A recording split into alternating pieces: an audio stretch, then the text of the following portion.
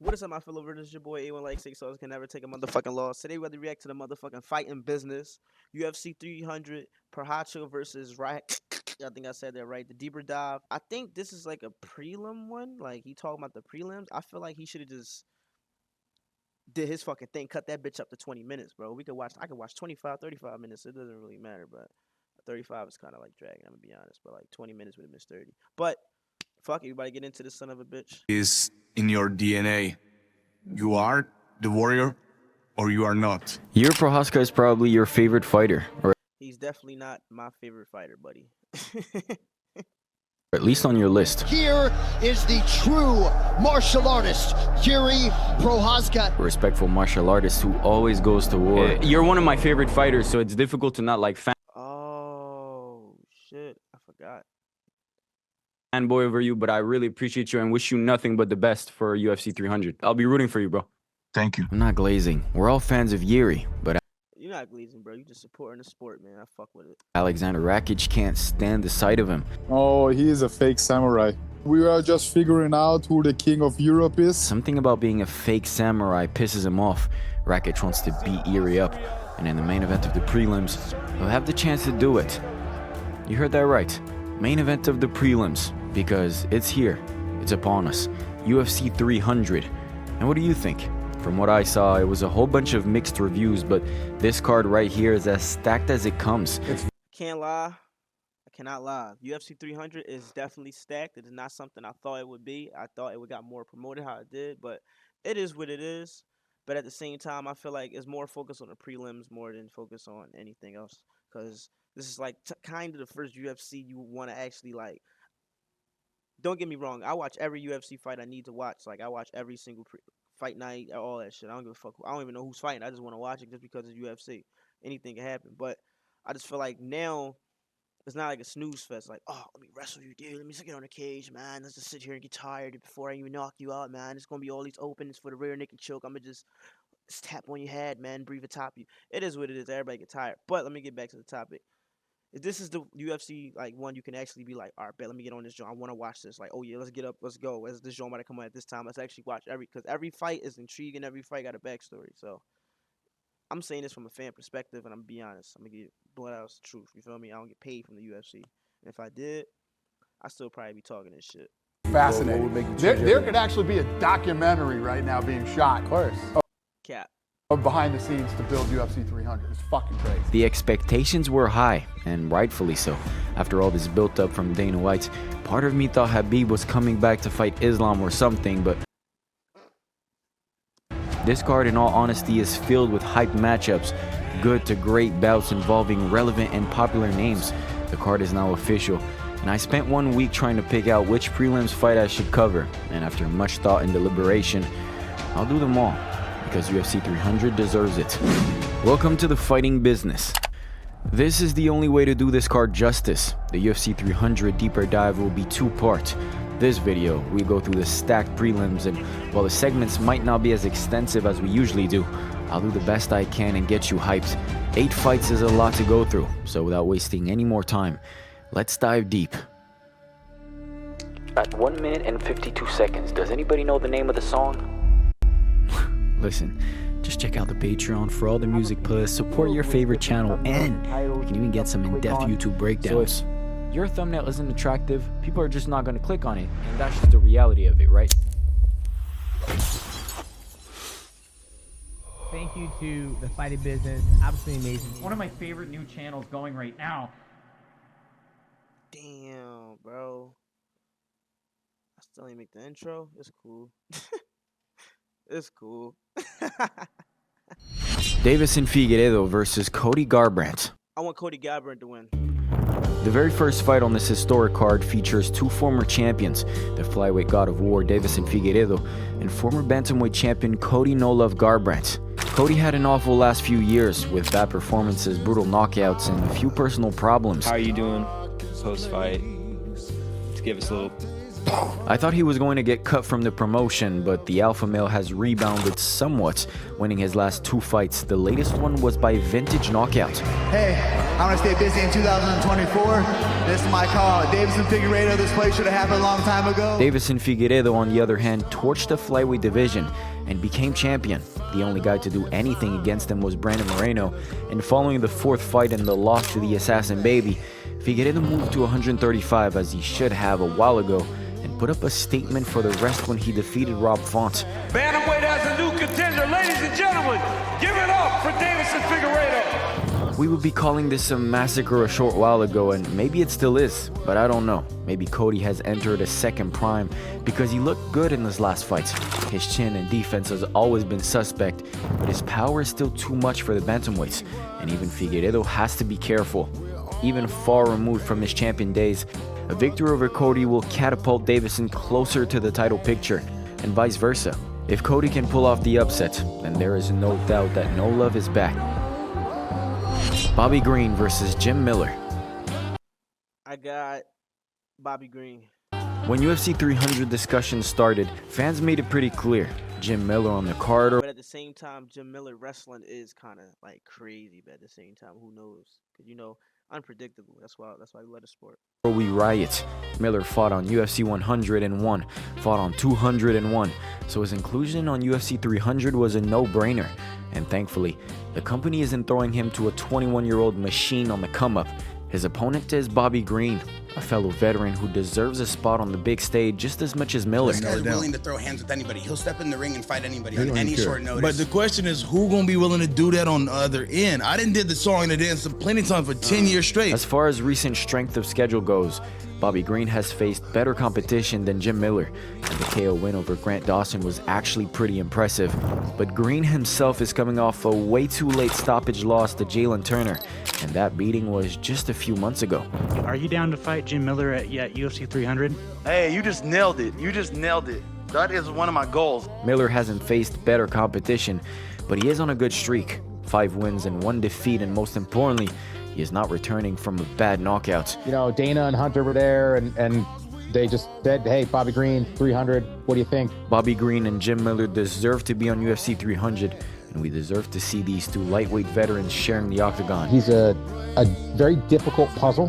He's very unique stylistically, but like I said, I've had 6 months preparation through the years to fight Bobby, so it was a no-brainer. Knowing both of them, this won't disappoint. Jessica Andrade versus Marina Rodriguez. I don't know anything about this one right here. We call her. She says, I'll absolutely fight her. In the first women's MMA fights, former champion Jessica Andrade gives rising I'll probably use her in UFC 4 though, I can't lie. contender Marina Rodriguez a chance at getting back. Not too long ago, Marina was this close to a title shot, but back-to-back losses and the other contenders left her behind. She got on the winning track by beating Michelle Waterson again, but Jessica Andrade will be a much better test. Granted, Andrade herself is a little past her prime with close to 40 MMA fights, but the former champion is still one of the strongest and quickest fighters in the division, and she is well capable of blitzing Marina Rodriguez and notching another incredible finish on her already stacked highlight reel. Trash! Jalen Turner versus She low-key kind of bad. I got Monicano money. I'm on his side, 100%. Renato Moicano in another lightweight showdown. Jalen Turner takes on Renato Moicano. This is the fight Renato himself We want fucking money. wanted. You had an interesting call out from Hey, Dana White, I saw that co-main event. Renato Moicano versus Jalen Turner. Let's keep this fight first round KO, baby. No injuries. Congrats. Turner, see you February. We want money. Renato Moicano. He said, let's keep this. That fool been calling everybody out. That's all he do is call everybody out. Anybody that wins, he wants to call out. Like, that's annoying, bro. Stop doing that. The guys Bro, chill, bro. Like, my man Moicano want money. Like, chill, bro. rising in popularity Everybody got to eat. thanks to his fighting style and his mad-talking persona. Money, even with broken English, is a goldsmith on the microphone. That's some good genetics, Money Let me tell Moicano. another thing. I love this America, you know? I'm not American, but I will be. My green card is 3 years. In 2 years, I will be a American. And after I'm done with fighting, I will serve on the police officer. I want to be a SWAT team, and I want to kill the bad guys. Every victory puts the spotlight on him, and Moicano absolutely kills it in the following interviews. But getting a victory over Jalen Turner is a different type of challenge. The loss to Dan Hooker, someone Turner was expected to steamroll, killed a bit of his hype. That knockout over Bobby Green showed that as a 6'3" lightweight with a 77-inch reach, this guy's dangerous, and Moicano has not fought a striker of his caliber since Fiziev. For Moicano to win this, he has to implement his grappling right from the start, otherwise Turner is going to pick him apart, and once you allow a tall and rangy striker to settle, it's pretty much over. Two decently popular names, and one hell of a style clash. This lightweight bout is not going to disappoint either. Sodiq Yusuff versus Diego Lopez. Tonight won't be the night I will fall for you. Sorry. At featherweight, Diego Lopez finally gets a ranked opponent like he wanted in Sodiq Yusuff. I mean, I would like to be as active as possible. Perhaps I fight at least 3 times of the year. Lopez has been in UFC for like 5 minutes, and here he is on UFC 300. He knew this guy was someone special when he gave top-ranked Evloev a fight on a week's notice, and this was followed by 2 impressive finishes. After knocking out Pat Sabatini, Lopez said he wanted to break into the rankings, and the UFC has given him a shot, with Sodiq Yusuff being the guy he has to beat. Diego Lopez is, he's a promising contender. Sodiq Yusuff is really good, and a tough matchup for most. We haven't seen much of Lopez in the UFC, but from what we have now, Yusuff seemed like the more polished striker, more defensively sound and landing at a higher output. On the grappling side, Sodiq is great both offensively and defensively, while Lopez is a dangerous threat off his back. He's good at hunting for submissions, but actually getting the fight to the ground is a big question mark. Guess this is where we find out whether this promising new guy has a well-developed grappling game, or maybe he has a different level to his striking game and we just didn't know. Huge challenge from the short notice newcomer Diego Lopez tonight. Holly Holm versus Kayla Harrison. When Amanda Nunes was ruling over MMA, one name outside the UFC was always linked to her, Kayla Harrison. Harrison is a decorated judoka, and her submission of choice is an armbar. Sounds familiar? I feel like the world's never seen an athlete like me. This was the closest you could get to a dream matchup for Nunes since she was destroying everyone, but she retired, and all hope seemed lost for Harrison to join the UFC. What did you think? How do you feel about Amanda Nunes retiring? Oh, yeah, I was bummed. I mean, I'm happy for her, but like selfishly, I was, Somehow, the UFC worked it out, and Harrison will debut on this massive card against the former boxing and UFC champion Holly Holm. I don't use the word legend lightly, but I think Holly is very much a legend in the sport. Could this be a repeat of Holm versus Ronda, where the judoka with terrible footwork chases the striker around and Wow, for that one, bro. Eats punches until she can't? Well, Holly Holm is not the fighter she was back then. Her footwork and reflexes have regressed, but Holm is still good at clinching people against the fence and overpowering them. She can bully most fighters, but against a judoka like Harrison, not a safe bet. Grappler versus striker. We know how it goes usually, right? But let a man dream. UFC 193 was a miracle, a striking clinic, and a reminder that Holly Holm was something special. At UFC 300, Holly Holm can make another special moment happen. Calvin Kattar versus Aljamain Sterling. I don't know about this one, but I'm going for Calvin Kattar. The greatest, at least statistically, bantamweight. My fault, Al Jolson. I'm fucking with you, bro. I don't know. I fuck with both of them, though. I can't lie. Champion ever. Aljamain Sterling will be making his featherweight debut against a pretty competent contender in Calvin Kattar.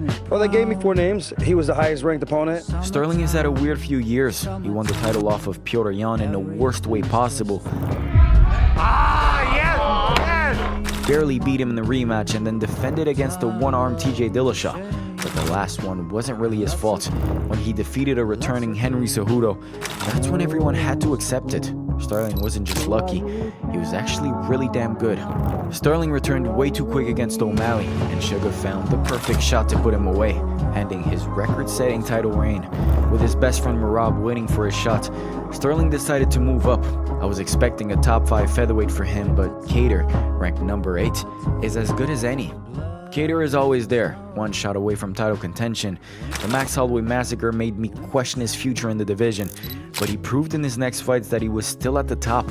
Most importantly, his absurd takedown defense of 91% makes Kattar one of the worst matchups for Sterling at 145. Damn, now I understand why the UFC booked this.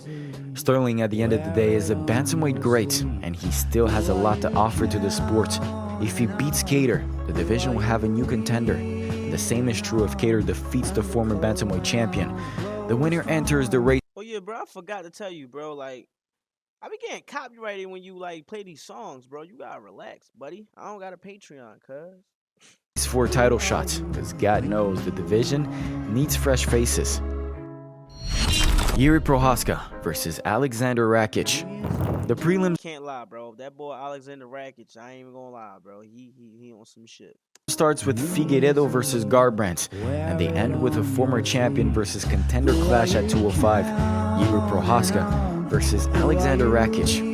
Yuri was a former champion not too long ago, and the guy main evented Madison Square Garden against Alex Pereira. It was shaping up to be everything we expected it to be, but an early stoppage, in my personal opinion, brought an end to the championship fight in the second round. Yuri lost his title, but given My man Pereira knocked that nigga the fuck out. That shit said, bing, he said, you know what I mean? Then he woke back up. his style and popularity, dude is one victory away from getting back in there. Yuri Procházka! And you can say the same for Alexander Rakic. While not a former champion, Rakic has been close to a title shot for a while now. A victory over Jan would have gotten him a title shot, but a freak injury cost him the fight and put him on the sidelines for 2 years. Rakic was supposed to fight Jan again, but he ended up at UFC 300 against Yuri Procházka. And I cannot complain. The one complaint against Rakic is that he is not as exciting as some of the other light heavyweights. Well, have no fear, because against a madman like Procházka, you have no choice but to head into the fire. With Yuri's underrated grappling and scrambles, this light heavyweight contender clash might end up being the most entertaining fight of Rakic's career, and maybe the best fight on the stacked prelims. Yuri and Rakic will settle their differences in the last fight on the prelims, and you cannot say that you aren't hyped for the fights preceding it. Former champions, popular fighters, contenders, prospects, warriors, they're all here in the prelims of this historic card, and every fight is something to look forward to, at least if you're a true fan of this sport. What's your picks? Think on that for a while, and by the time you're done, the second part of this deeper dive covering the main card will be up. I'll see you then. Get YouTube SEO Masterclass, editing, breakdowns, all. I already told you my picks, bro. You know what? Y'all know my picks, bro. I ain't gonna say too much. I think I said in my other video. I ain't gonna say too much.